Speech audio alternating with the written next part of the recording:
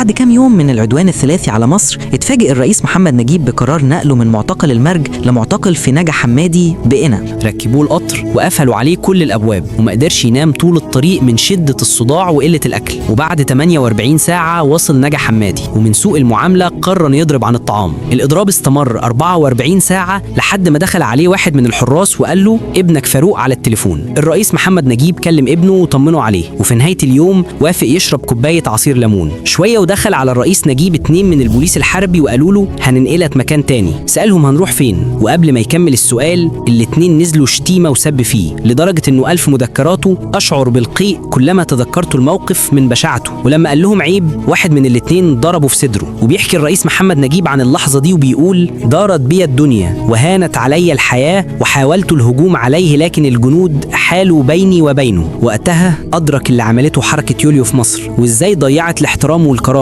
وبقى يسال ازاي رتبه صغيره تتجرأ على سب رتبه اكبر منها وضربها. وقرر الرئيس محمد نجيب يضرب عن الطعام تاني لحد ما جاله قائد المباحث العسكريه، وعلى غير العاده اعتذر له عن اللي عمله الضابط.